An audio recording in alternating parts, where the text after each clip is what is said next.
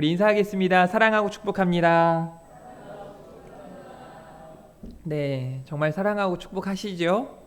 네, 어, 점심 먹고 나서 자꾸 이렇게 이 시간에 모이는 게 좀 부담스러운 일일 수도 있지만 여러분들이 이 시간에 은혜가 충만한 시간임을 또 조금 더 기대하고 또 그렇게 이 자리를 사모하면서 섰으면 좋겠습니다.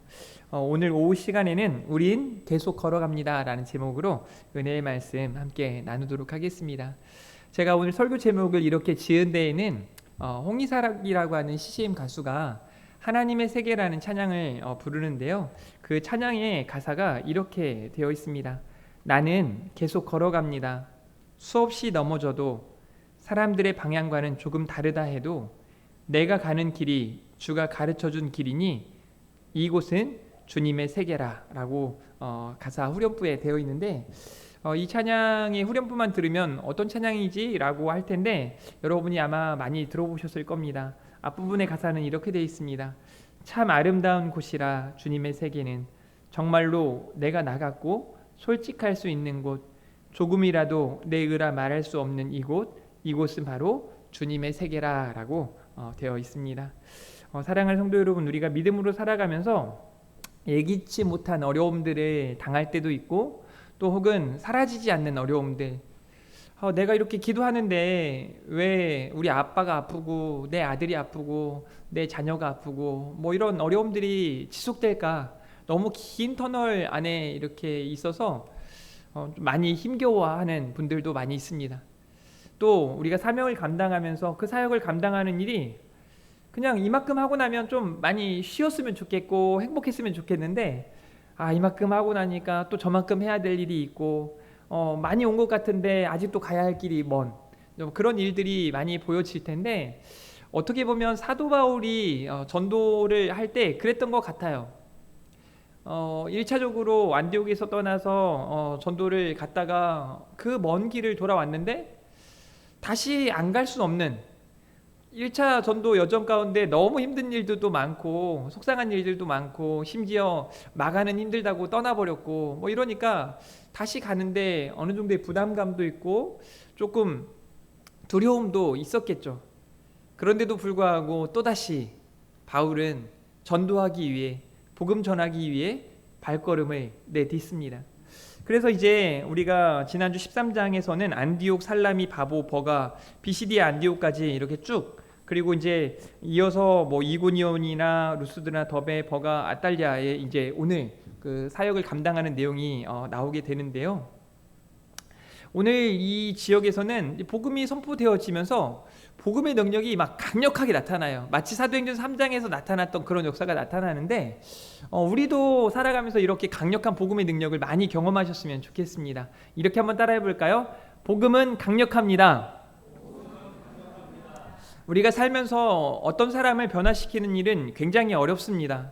그러나 복음이 그들 가운데 선포되어지면 사람들은 변화되게 되어 있습니다. 선교사들이 복음의 현장 가운데 나아가서 처음에 복음을 접하는 사람들에게 복음을 들려줄 때까지는 많은 기도와 헌신과 또 피와 땀, 심지어는 목숨까지 잃게 되는 일들이 있습니다.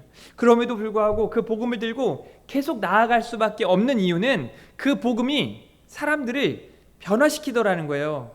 사람들만 변화시키는 것이 아니라 지역을 변화시키고 사회를 변화시키고 문화를 변화시킨다는 겁니다. 그 복음의 능력이 우리 대한민국에도 찾아와서 우리 대한민국이 지금 이 시대에 선진국이 된 줄 믿으시길 바랍니다. 안 믿으시나요? 저는 믿습니다. 모든 것이 하나님의 은혜인 줄 믿습니다. 그래서 지금 이 시대에도 여기 함께 예배하는 여러분들을 통해 여러분의 삶의 각자의 자리에서 복음의 능력이, 강력한 복음의 능력이 계속해서 이루어져 가기를 주님의 이름으로 축복합니다.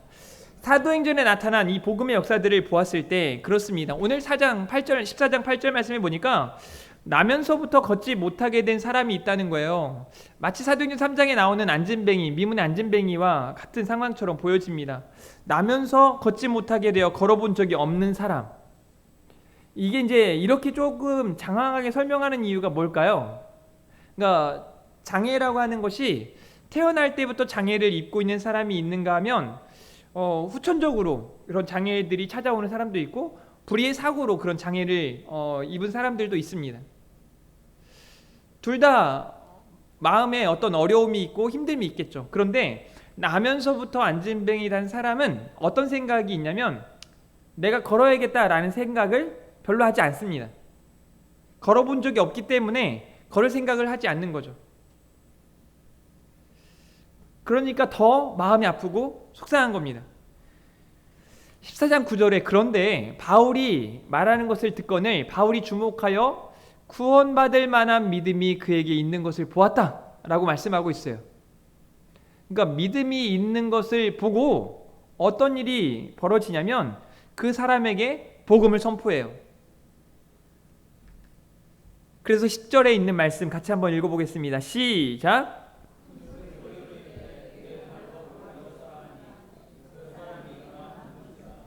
아멘.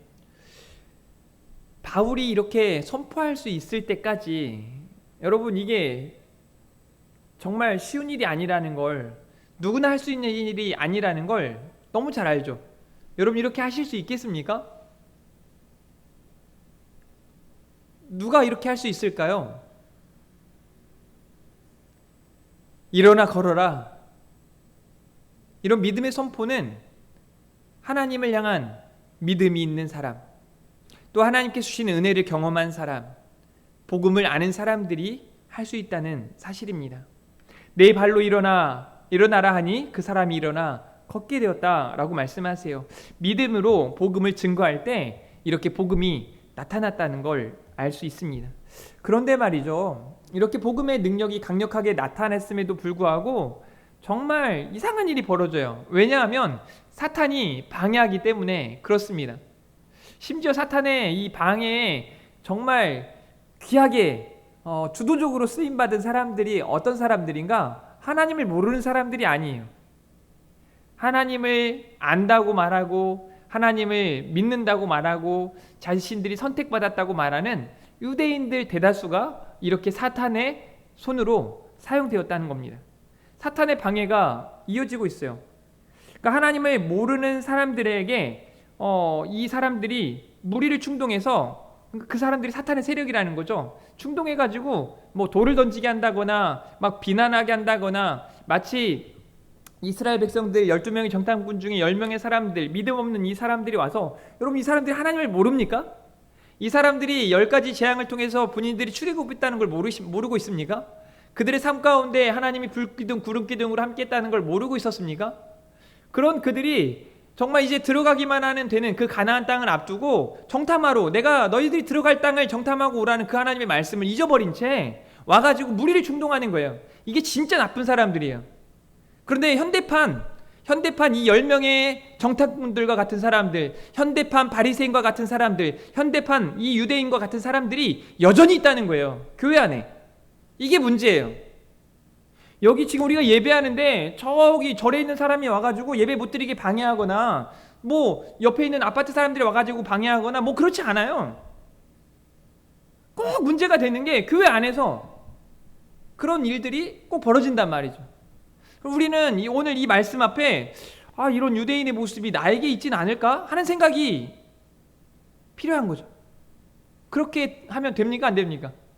그런 것들을 아침에도 들었던 말씀처럼 기경해야 되는 거예요. 변화시켜야 되는 거예요. 어떻게 하면 하나님 앞에 참되게 예배할까? 어떻게 하면 하나님이 진짜 기뻐하는 일을 선택할까? 그렇게 우리가 세워져 가야 하는 것이죠. 11절에 보세요. 무리가 바울이 한 일을 보고 이 복음의 강력한 능력을 봤단 말이에요.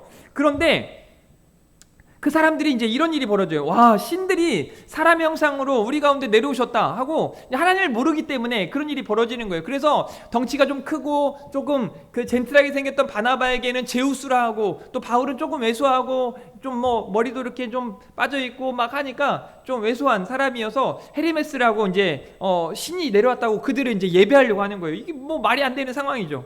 신들이 사람 형상으로 우리 가운데 내려오셨다라고 말하면서 이야기해요. 그때 두 사도의 반응이 이렇습니다. 두 사도가 그냥 너무 좋은 거죠. 막 자신들을 높여 세우고 축켜 세우고 막 하니까 기분이 좋을 수도 있겠습니다만, 두 사람은 그렇지 않았어요. 왜냐하면 그 두 사람은 우리가 했다, 내가 해냈다 라는 것이 아니라 하나님이 하셨다, 하나님이 하신다라는 분명한 믿음, 그 은혜에 대한 고백이 있었기 때문에 다른 거죠. 그래서 당장 두 사도가 바나바와 바울이 듣고 옷을 찢고 그러면 안 된다는 거예요. 뛰어 들어가서 이렇게 할 수 없다는 거예요. 그래서 어찌하여 이러한 일을 행하느냐라고 말하면서 그들이 복음을 전하는 진짜 이유를 설명해요. 여러분에게 이 복음을 전하는 것은 이런 헛된 일을 버리고 천지와 바다와 그 가운데 만물을 지으시고 살아계신 뭐라고요? 하나님께로 돌아오게 하려 함이라. 이게 목적인 거예요. 이걸 아니까 자신들을 높여 세우지 못하도록 하는 거죠. 이 복음을 전하는 이유를 분명하게 말하는 거죠. 저는 복음이 선포되어질 때 우리 모두가 좀 이런 일이 있었으면 좋겠어요. 복음이 선포되어지는 현장 속에 헛된 일을 내어버리고 하나님께로 돌아오게 되는 역사, 이런 하나님의 은혜가 지금 여기 우리들 가운데 충만하기를 주님의 이름으로 축복합니다.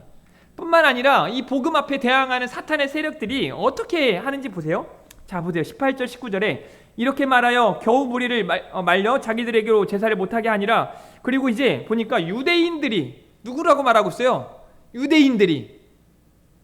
여기서 제가 헬라인들이 혹은 믿지 않는 사람들이라고 쓰여있으면 그럴 수도 있지 라고 생각하지만, 아니 또 유대인들이, 예수님 당시에도 그렇더니 지금 또 유대인들이 또 그러는 거예요.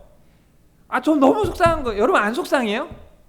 성경 보면서 이런 거 안 속상해 합니까?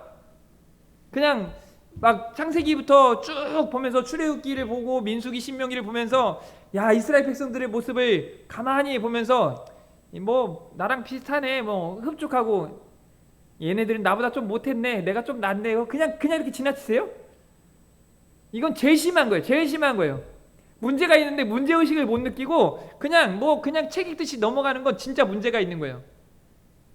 근데 많은 사람들이 이걸 보고 이렇게 생각해요.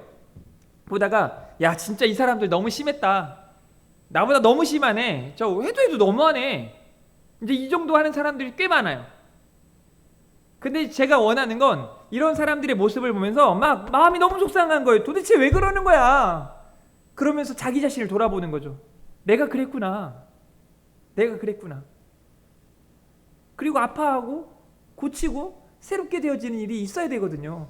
성경을 보면서 그냥 저는 뭐 어디 지나가다 읽어도 그만, 안 읽어도 그만 하는 그런 책들 똑같이 생각하지 않았으면 좋겠어요.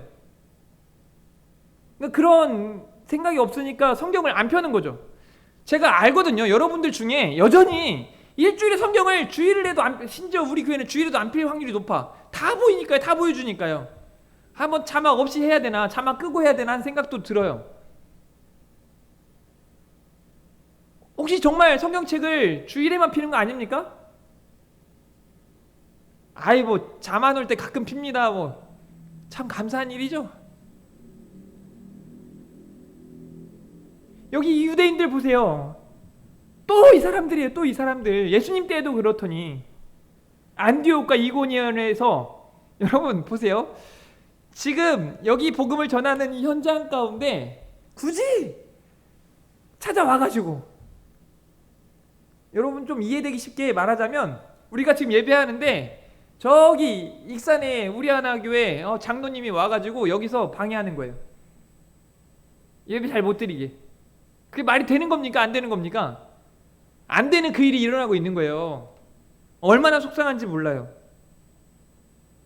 무리를 충동하여. 저는 이런 일이 좀 우리 교회 안에는 뭐 없는 것 같아요. 근데 앞으로도 없었으면 좋겠습니다. 그런 거 있잖아요. 좀 충동하는 사람들, 이거를 여러분이 좀 많이 어떻게 묵상해보라고 하긴 좀 그렇지만 생각해볼 필요가 있어요. 그냥 분위기 너무 좋은데 앉아가지고 갑자기 와가지고 앉아가지고 막 충동해요. 아유, 여기 너무 덥네, 왜 이렇게 좁아, 이거 뭐 하는 거야, 왜 안 끝나, 막 이런 충동을 하는 거예요. 그러다 보니까 은혜가 없는 거죠. 그러니까 어떤 일까지 벌어지냐면, 그들이 돌로 바울을 쳐서 죽은 줄 알고, 이 말을 조금 더 구체화시키면 그들이 돌로 바울을 쳤다는 거예요. 그런데 쳐서 바울이 맞아가지고 죽게 되었다는 거예요. 죽을 만큼 돌로 맞았다는 겁니다. 여러분, 이 악함이 보이세요? 이때 유대인들의 태도는 어땠을까요? 유대인들이 돌을 던졌다는 의미가 아니에요. 유대인들은 충동한 것 뿐이에요. 그런데 그곳에 있는 이 복음의 능력을 경험한 사람들이 이 유대인들이 충동한 것을 듣고 돌을 들어서 자신들에게 복음의 능력을 행했던 사람에게 돌을 던졌고 그 사람이 돌에 맞아 거의 죽게 된 상황이에요. 그래서 버린 겁니다. 시외를 끌어 내쳤다, 버렸다는 거예요. 너무 속상한 일이죠. 그런데 이게 우리가 복음을 전할 때 가끔 경험하게 되는 일들이라는 거죠.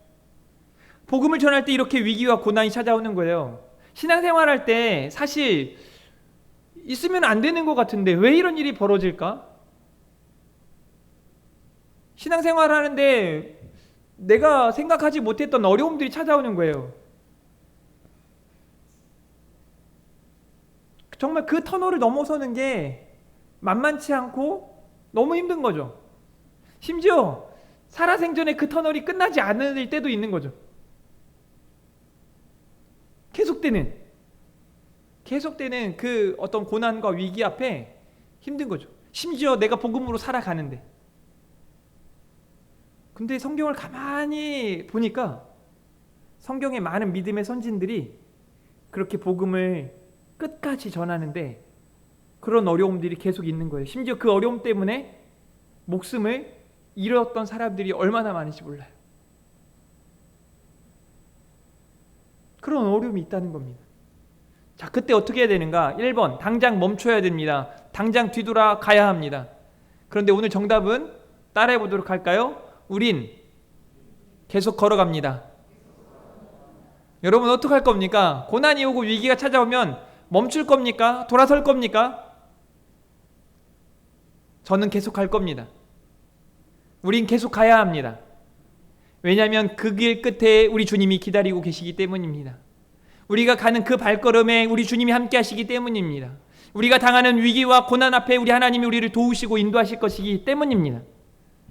저는 그 하나님을 믿거든요. 제 인생에도 위기와 고난은 어김없이 있었어요. 끊임없이 있었어요. 앞으로도 없을 거란 생각이 없습니다. 또 찾아오겠죠. 그런데 그 위기와 고난 가운데 저와 함께 하시고 저를 도우시고 인도하시는 하나님을 경험하니 앞으로도 우리 하나님께서 저를 도우시고 여러분들을 도우시고 인도하실 거라는 확신이 있습니다. 그러니 저는 그 길을 계속할 겁니다. 사랑하는 우리 금촌중앙교 성도 여러분, 우리 같이 그 길을 계속 걸어가시기를 바랍니다. 계속 걸어가는 거예요. 계속되는 복음의 역사를 기대하면서 우리는 믿음으로 나아가는 겁니다. 14장 20절에 보니까 이렇게 되어 있습니다. 제자들이 둘로 섰을 때 바울이 일어나 그 성에 들어갔다가 이튿날 바나바와 함께 더베로 갔다는 거예요. 왜 더베로 갔을까요? 21절에 답이 쓰여 있습니다. 같이 읽어봅니다. 시작!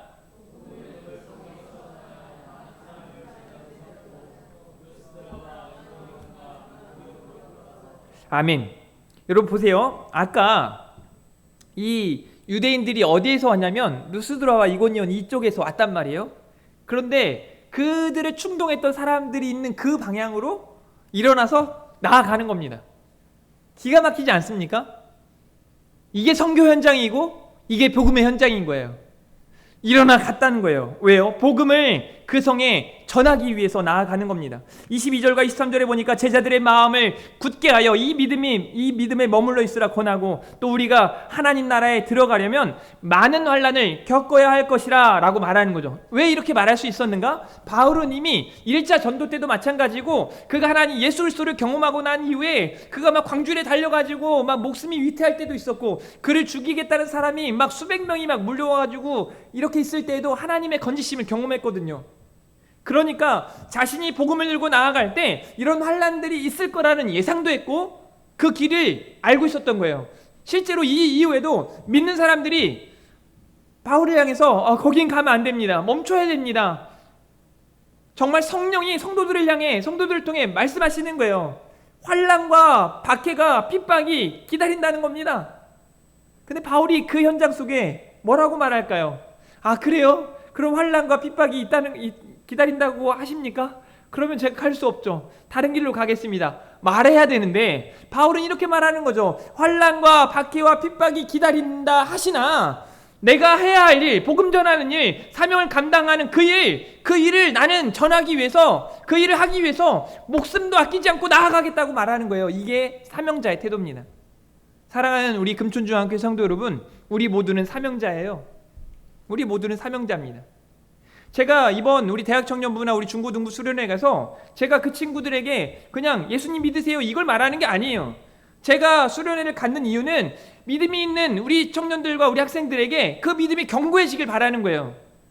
어른들 알잖아요. 이미 알잖아요. 저도 알고 여러분들은 더 잘 아시잖아요. 청년회 때 그 이후에 고난이 없습니까?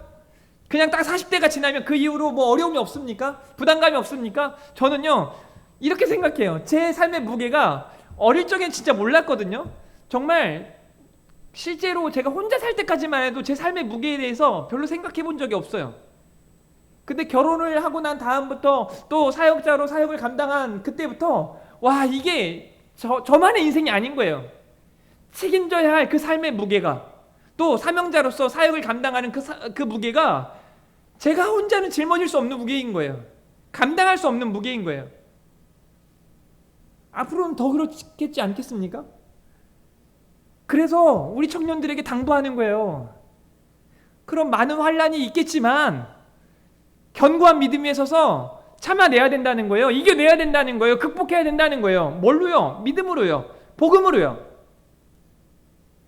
그래서 각 교회에서 장로들을 택하여 금식기도 하고 기도하는 거죠. 저는 이 현장이 막 그려져요. 막 간절히 기도하는 거예요. 하나님 어려움이 있을 텐데 버텨낼 능력을 주세요. 감당할 힘을 주세요. 막 기도하는 거죠. 그들이 믿는 주께 그들을 위탁하고 저는요 우리 집에 있는 자녀들 셋만 하나님께 맡긴 게 아니고 우리 금촌중앙교회 온 성도들을 하나님께 맡겨드립니다. 매일처럼 그렇게 기도해요. 제가 뭐 하나 할 수 있겠어요? 뭐 어떻게 돕겠어요? 하나님이 여러분들을 도우실 줄 믿습니다.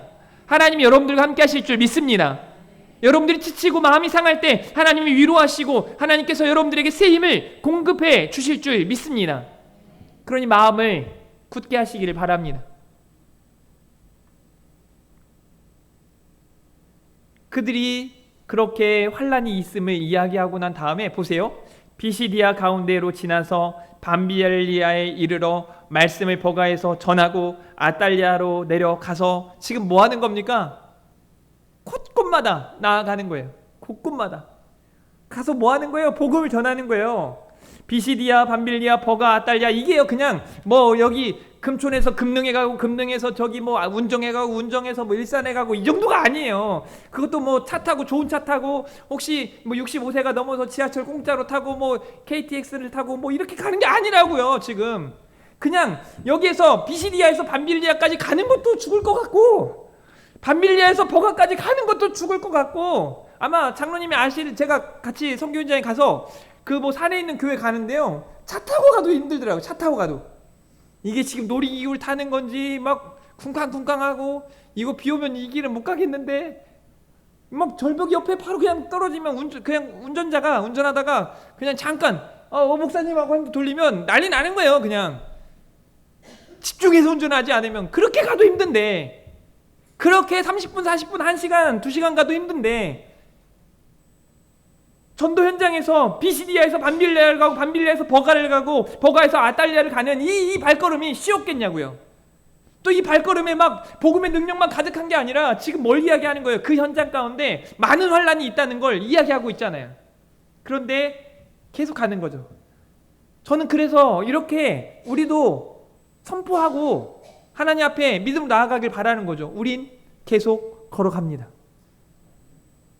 안 가실 겁니까? 계속 걸어가시길 바랍니다. 저는 행복이 그 안에 있다고 확신합니다. 하나님이 주시는 은혜가 가득할 거라고 저는 확신합니다. 사실 제가 오늘 기분이 좀 좋아요. 왜 좋은지 아세요? 진짜 피곤하고 힘들거든요. 우리 청년들도 그냥 피곤할걸요. 수련회 뭐 가서 고기 구워 먹고 예배 드리고 뭐 그렇게 하는데 그냥 힘들어요. 갔다 오는 게 힘들어요. 그런데 저도 마찬가지거든요. 근데 제가 기분이 좋은 이유는 그냥 같은 시간에 밑에서 또 예배하고 있고 우리 다음 세대 애들이 예배하고 있고, 여러분 이 학생 중에 이제 제가 중고등 다음 세대 예배를 여기서 하고 뭐 가서 하고 막 이렇게 하지 않아요? 그런데 갑자기 한 학생이 와가지고 목사님, 제가 목사님 인도하는 예배 드리려고 아침에 왔어요, 이렇게 얘기하는 거예요. 그리고 지금 밑에서 예배하고 있어요. 야, 근데 걔가 교회 처음 나왔거든요. 수련회라는 거 처음 갔어요. 이번에 가가지고 성경 읽는데요, 이게 번데기인지 지렁인지 막 비틀비틀 막 돌아다니고 막 뭐 어떻게 할지 몰라요. 그런데 그런 말을 하기 시작하는 거예요. 그래서 예배하고 있어요.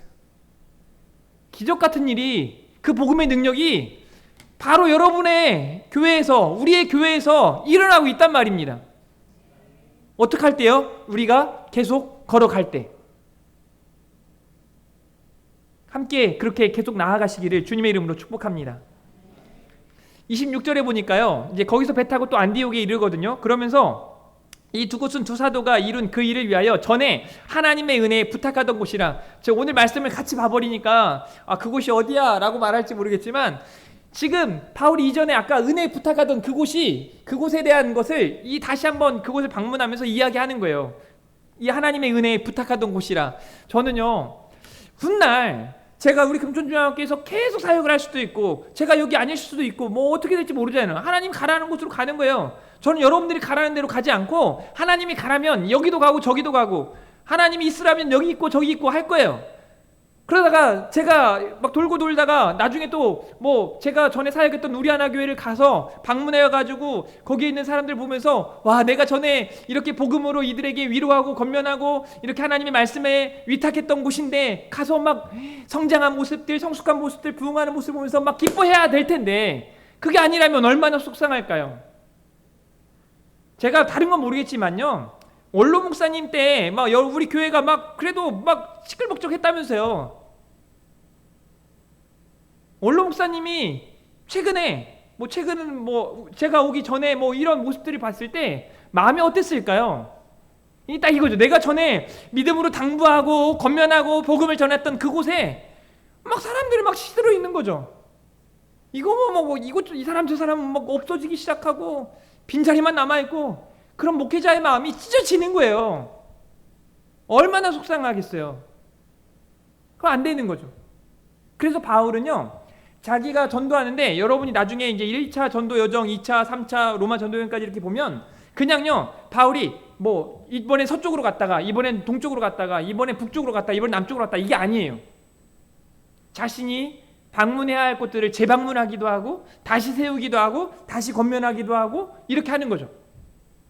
그리고 계속해서 편지를 통해서 또 많은 서신들을 통해서 이 사람들의 그 구두를 통해서 그 소식들을 묻고 궁금해하고. 그래서 바울 서신의 특징 중에 하나가 문안 인사예요. 서두에도 그렇고 마지막에도 그렇고 관심과 사랑인 거죠. 27절, 그들이 이르러 교회를 모아 하나님이 함께 행하신 모든 일과 이방인에게 믿음의 문을 여신 것을 보고하고. 저는 이런 일이 우리 교회에 가득했으면 좋겠다는 거예요. 하나님의 행하신 일, 하나님의 행하신 일. 그 일이 지금 우리 교회 안에도 가득하지 않습니까? 여러분의 삶에도 가득하지 않습니까? 제가 여러분들을 통해서 듣고 싶은 이야기들이 있는데요, 뭐 여러분이 지난날 과거에 뭐 나는 뭐 한가닥 했어, 난 옛날에 대단했었지, 뭐 이런 이야기는 사실 안 듣고 싶어요. 지금 대단하면 좋겠지만 그런 이야기 듣고 싶은 게 아니라 이전에 여러분들의 삶 가운데 행하셨던 하나님의 은혜를 듣고 싶습니다. 지금 하나님께서 여러분들의 삶을 통해 행하신 일들을 저는 여러분들을 통해 듣고 싶습니다. 그런 일들이, 그런 간증이, 그런 은혜가 우리 교회 안에 가득하기를 주님의 이름으로 축복합니다. 그리고 28절 말씀에 보니까 제자들과 함께 오래 있었다. 사실 뭐 그리 오래 있는 게 아니었어요. 얼마 동안 이렇게 은혜를 나누고 함께한 시간을 갖고 또다시 바울은 복음을 들고 계속 걸어갔습니다. 우리도 계속 걸어가야 하는 겁니다. 우리 제목 한 번만 따라하고 예배 마치도록 하겠습니다. 따라하겠습니다. 우린 계속 걸어갑니다. 나는 계속 걸어가겠습니다. 아멘. 우리 함께 이 세상을 사랑하는 동안에 찬양하시고 축도하고 예배 마치도록 하겠습니다.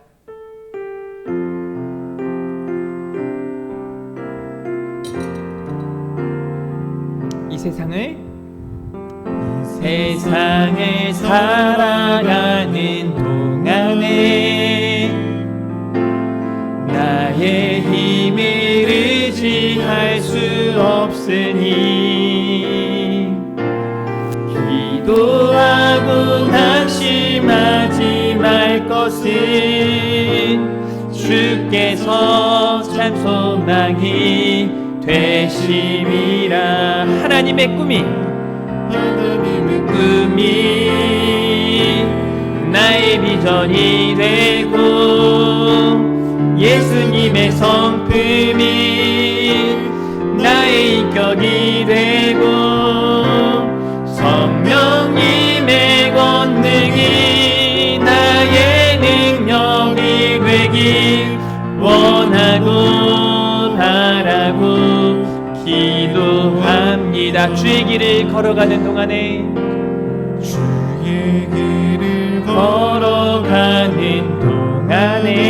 세상의 것 의지할 수 없으나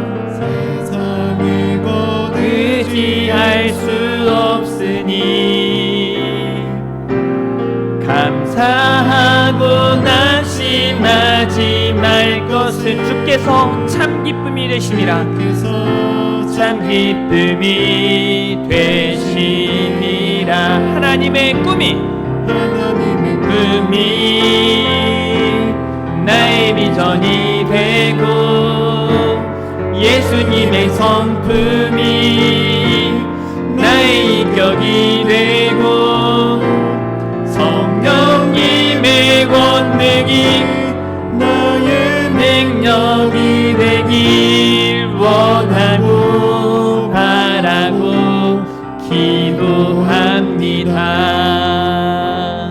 아멘. 하나님, 우리가 복음을 믿고 놀라운 복음의 능력을 사는 중에 많이 경험합니다. 그럼에도 우리들 삶 속에 때로는 위기가 고난이 찾아옵니다. 그럼에도 오늘 주신 말씀 기억하며 우리가 계속 걸어가게 하실 줄 믿습니다. 우리 주님 의지하며 우리가 계속 걸어갈 수 있도록 함께하여 주시옵소서. 오늘 또 사랑하는 성도들에게 하나님의 말씀이 기억되어지게 하시고 이번 한 주간 그 말씀 부여잡고 기도하며 승리케 하여 주실 줄 믿습니다. 감사합니다. 사랑합니다. 예수님의 이름으로 기도합니다. 아멘.